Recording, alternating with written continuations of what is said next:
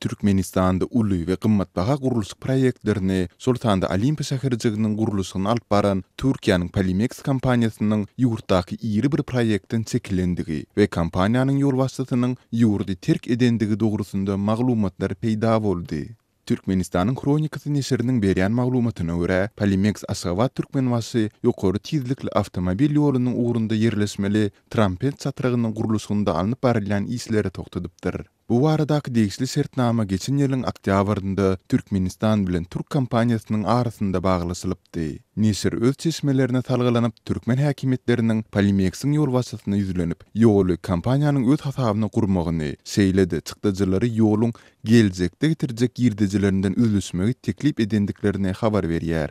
Emma Polymex'iň we beýleki potroçy kompaniýalaryň Türkmenistanda guruluşynyň tamamlan obyektleriniň Sultanda bahasy 2 milliard dollardan hem geçýän Aşgabatdaky aeroportyň tülegini dolu derejede alyp bilmeýändiklerini üns çekilýär.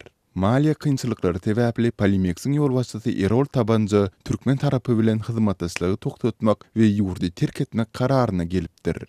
Geçen ýylyň dekabrynda Tabanjanyň uçary Aşgabatyň aeroportunda saklanýar. Türkmen tarapy Tabanjany şertnamalaryň şertlerini berjay etmezlikde we ýurtdan gaçmak tinançygynda aýplap, onuň ýurtdan çykmagynyň öňüne aljak bolýar. Netijede Türkmen tarapy bilen Tabanjanyň jan penalarynyň arasynda dawa hem ýüze çykypdyr. Tabanca Türkmenistana gaýtadan dolanyp geljekdigini we ähli soraglary çözjekdigini aýdandan soň oňa ýurdy terk etmäge ruhsat berilipdir. Emma Tabanca ýurdy dolanmandyr. Onuň bar bolan soraglary çözmek üçin ugradan orunbasary hem Türkmen tarapy bilen lalaşyga gelip bilmändir. Azatlyk radiosy ýokarky beýan edilenler boýunça Polymex'iň Türkiýedäki baş edarasy bilen habarlaşanda degişli resmi bu ýagdaýlar boýunça häzirlikçe nähildir bir maglumat bermekden saklandy.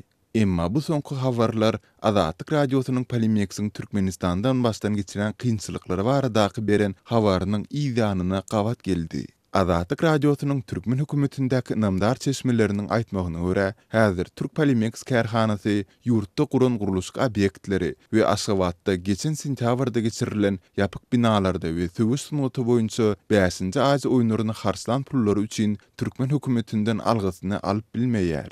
Polymex'iň Türkmen hökümetinden azyndan 800 milyon dollar algysy bar. Aşgabatda gurulan aeroportyň tölegleri dolu üzülmedi. Şeýlede Polymex Aşgabat 2017 oýunlarynyň açylış we ýapylyş dawarlaryna öz jübüsinden pul çykardy. Gaçanda Berdi Muhammedowdan bu pullar sorulanda onuň muňa gahary geldi, diýip Azatlyk radiosynyň Türkmen hökümetindäki çeşmesi gurrun berdi.